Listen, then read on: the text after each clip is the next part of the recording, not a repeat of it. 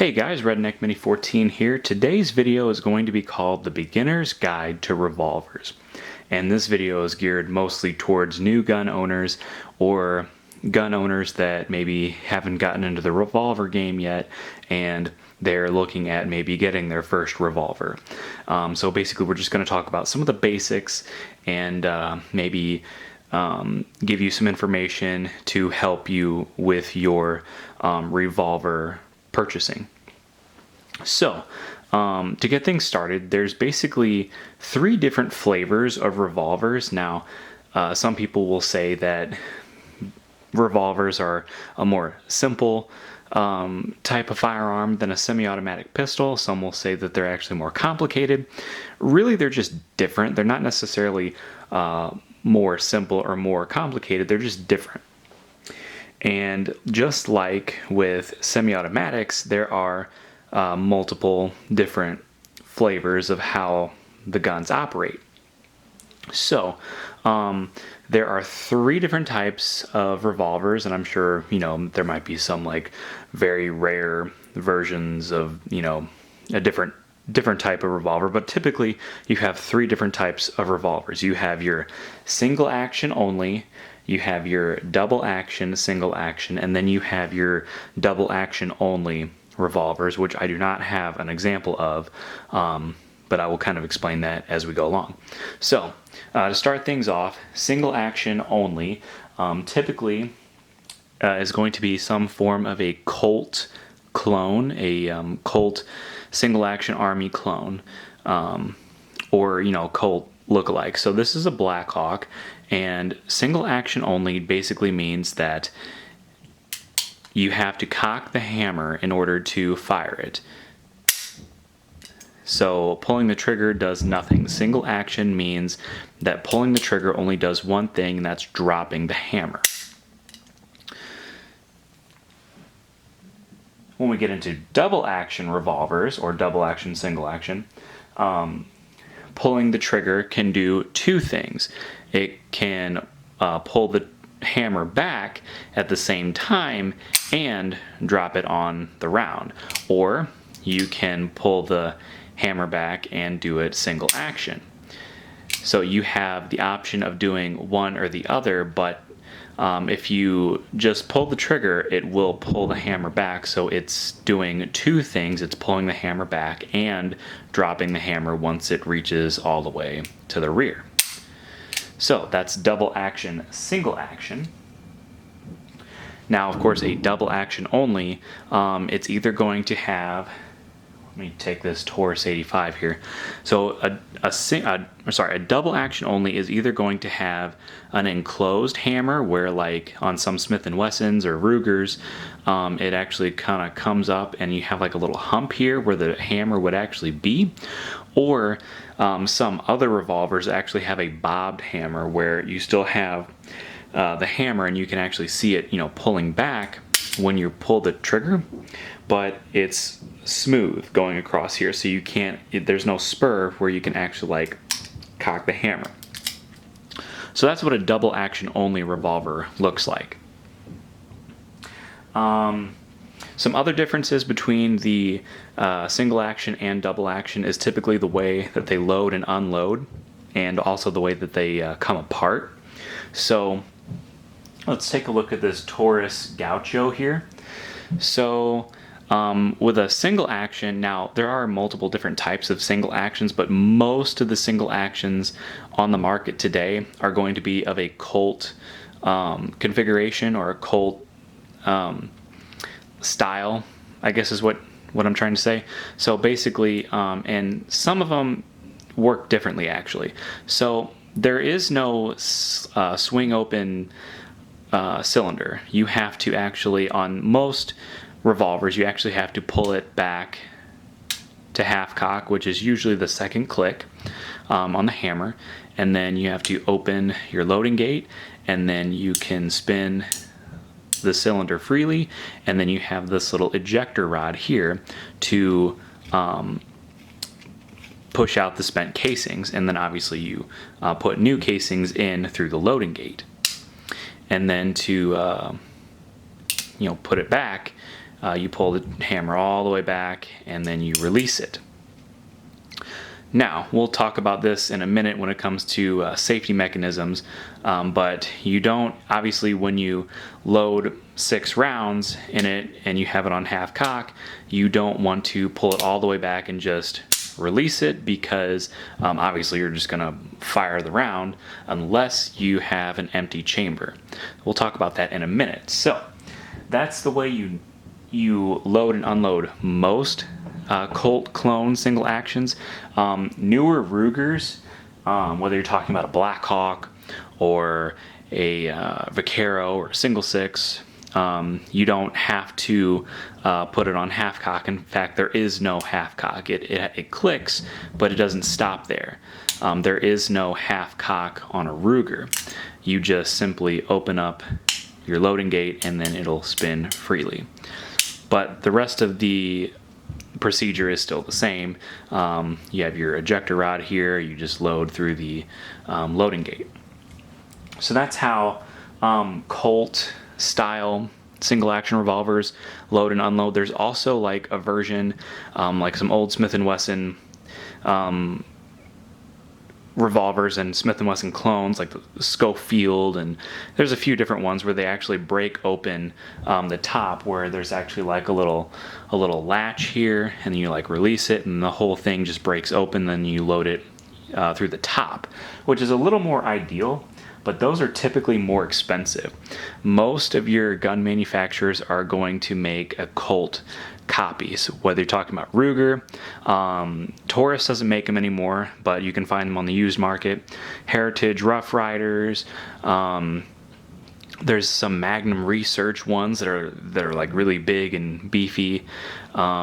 U-Birdie and Cimarron, you know, all those companies, they have a lot of Colts, and some of them do have the old Smith & Wesson style, but again, those are usually more expensive. On the contrary, double action revolvers, and this is true for double action and double action and double action only revolvers, typically you're going to have a swing out cylinder. So like this Ruger, you just have a push button, you push it in and you swing out the cylinder, and then you have your ejector rod here, which will eject all 6 rounds at the same time. With a Smith & Wesson or a Taurus or even a couple others like Charter Arms, the release is a slide forward, so you just slide it forward and then kick your cylinder out, and it's just the same way. Pretty much all double action only or double action single action revolvers have some sort of a release, whether it's a push forward, a pull back, like on a Colt, or a push button like a Ruger. And then of course the Smith & Wesson Model 10 works the same way. I cannot think of any modern day double action revolvers that do not have a swing out cylinder, so if you know about one, let me know in the comments. Okay, and as far as taking guns apart, I guess I kind of skimmed over that. Double action revolvers are each one's kind of different. Typically you take off the grips, and then once you take off the grips, depending on what model you have, it has a different way to take it down. Rugers are very simple, and Tauruses and Smith & Wessons are pretty much the same. You actually have a side plate, so you take off the grips and you have a side plate here, and then like your trigger and your hammer and all the springs and everything in here is kind of stacked on top of each other, and so you have some nice access here. Ruger, on the other hand, has these sub-assemblies, so like you take the grips off, and then you can take the spring out, and the spring and the rod comes out as an assembly, and the trigger mechanism comes out as an assembly, and then the cylinder comes out as an assembly, and the hammer is just by itself. But Ruger has, on any double action revolver that I can think of, has these sub-assemblies, which in my opinion make it a lot easier to take apart than a Smith & Wesson. Some people will argue and say that the Smith & Wesson is easier to take apart. And then I think Colt is actually kind of similar to Smith & Wesson, but I don't have any experience with Colts because they're typically more expensive, and they don't make, the older ones they don't make anymore. They're just kind of starting to make the new, like the Cobra and the Python and all that. They're like really expensive, out of my price range. So that's, Colt, Smith & Wesson, and Ruger, and then like Charter Arms I think is similar to Ruger. I don't have any experience with those either. When it comes to single action revolvers, let's get this Heritage Rough Rider, because this is kind of the easiest one to do. Typically, let me try to do this around the camera. So typically on a Colt clone revolver, you have this little pin here that you push in this little button, and you pull the cylinder pin out, and then you open up your loading gate. Now on some revolvers, I think you have to put it on half cock, or maybe not. Nope. Actually, you should probably put it on half cock before, but you open your loading gate and you can pull your cylinder out, and that's good for your basic cleaning and maintenance. On a Ruger, since there is no half cock, you don't have to do that. Alright, so we got it all back together, and it's basically just the reverse of taking it apart, and that's really all you have to do to actually clean it. You can take the grips off and do the spring and everything in there. Depending on the model of a single action revolver, I'm not sure how Heritage works because I've never taken it apart, or Taurus for that matter, but Ruger has coil springs in the grip, and Smith & Wesson, for double action anyway. Actually, I don't really know about Smith & Wesson, to be honest with you, because they kind of change things, but basically some revolvers will have coil springs and some will have leaf springs in them, and just kind of depends on the manufacturer and the design. Some manufacturers have gone back and forth between coil springs and leaf springs, like they went from leaf springs and went to coil springs, I think. Typically with a Ruger, you're talking about coil springs. I think with Taurus, you're also talking about coil springs. Smith & Wessons, at least the older Smith & Wessons, have leaf springs. This one for sure does.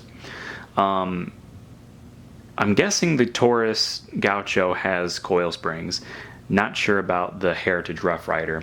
But typically like your basic Colt clone, like your Birdie and your Cimarron and your Taylors, or all those companies, I think they typically basically make it just the way the Colt was. Maybe with a slight difference, but typically you're going to talk about leaf springs and those kind of revolvers.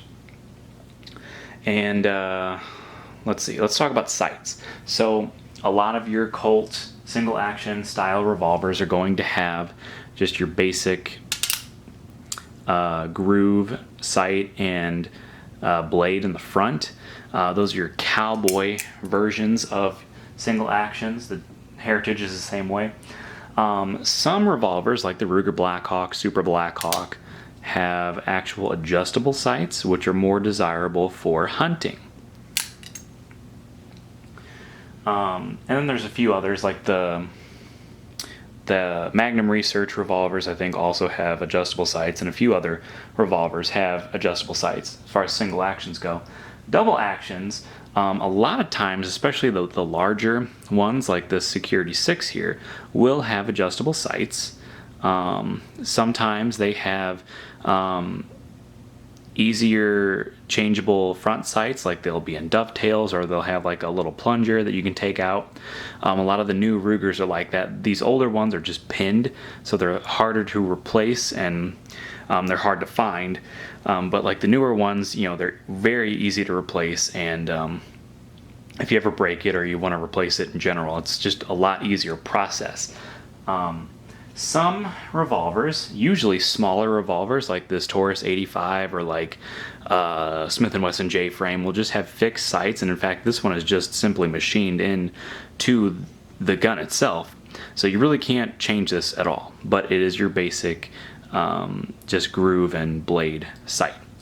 That's pretty typical for a lot of guns this size. And then Smith & Wesson is kind of the same way. This one I believe is just machined in. This is an old Model 10. Newer ones, I think you can actually will either have a pinned front sight or you can change them out. And of course, depending on the model, you can have adjustable sights or fixed sights like this. And that's also the same with some of the older Rugers. So those are your sights. Typically with either style of revolver, you can have either adjustable sights or fixed sights. Just depends on what model and manufacturer that you're getting. The last thing I want to talk about is safety. So all of these revolvers, with the exception of the Heritage Rough Rider, that's kind of that's much different type of revolver there. But all the other revolvers that I have here do not have a safety, and that's pretty typical of any revolver. Like the old Colts, they'll have your typical Colt single action Army will have a firing pin just like on this Smith & Wesson, and the older ones, it was very dangerous, and the firing pin would just rest on a live round unless you would leave an empty chamber there. So let's say on a single action revolver, you would have a firing pin here in the olden days, and what you would do is you would load one, skip one, and then load 4 more. That way, when you close the loading gate and then you pulled the hammer back and released it, it would land on an empty chamber. That was the safety of the day. But nowadays, with the Ruger and the Taurus, it's a little easier to show on the Ruger, you have a transfer bar safety to where you have this little piece of metal that comes up and it actually separates the hammer from the firing pin, and it'll only stay up and allow the gun to fire if the trigger is all the way back and the hammer's all the way back. So if you pull the hammer back, it'll pull the transfer bar up, but if you pull the trigger and then release the trigger while it's coming up, the transfer bar will come away. So that's what a lot of both double and single action revolvers use nowadays. Whether you're talking about a Ruger, Taurus, Charter Arms, they all use kind of the same system. Ruger is definitely famous for them. See, like you have the same thing on this Security 6 here. You have a transfer bar, and it works the same on all of them.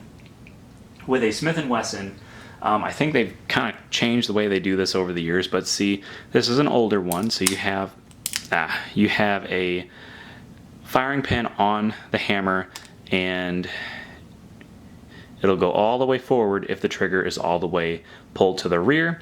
When you release the hammer or the trigger, the hammer rebounds, and there's actually a hammer block inside here internally, preventing anything from causing the hammer or the firing pin from hitting the round in the chamber.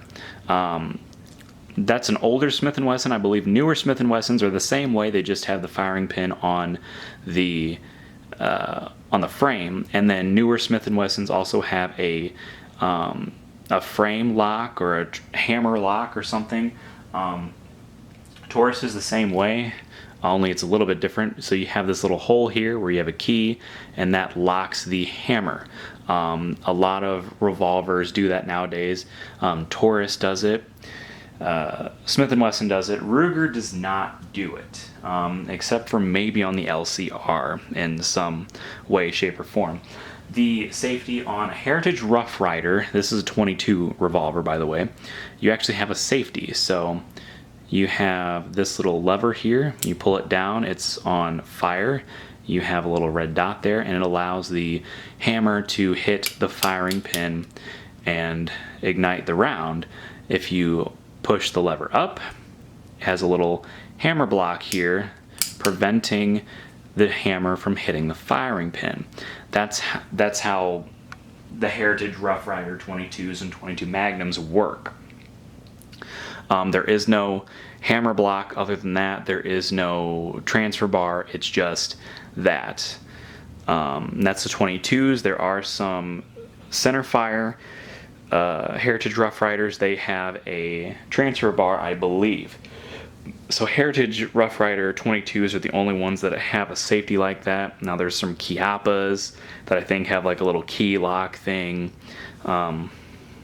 But I don't know a whole lot about those. So anyway, I think that covers all the basics when it comes to revolvers. You have your single actions, you have your double actions. They have their own way of loading, unloading, coming apart.